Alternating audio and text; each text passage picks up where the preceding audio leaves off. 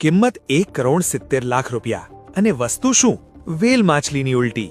સાંભળવામાં અજીબ લાગે, પણ આ કિંમતી કચરાએ એક મજૂરને જેલના સળિયા પાછળ ધકેલી દીધો છે।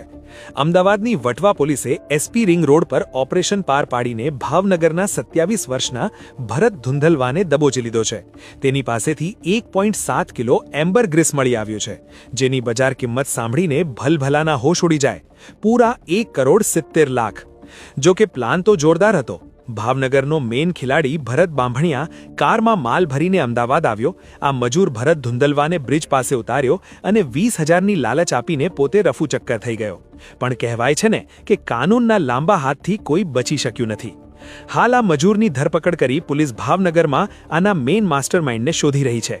યાદ રાખજો, વેલની ઉલટીનો સંગ્રહ કરવો કે તેને વેચવી એ કાયદાકીય ગુનો છે। આ કરોડોની ઉલટીએ તો આ શખ્સને કેવો જેલની હવા ખાતો કરી નાખ્યો એ તમારી નજર સામે જ છે।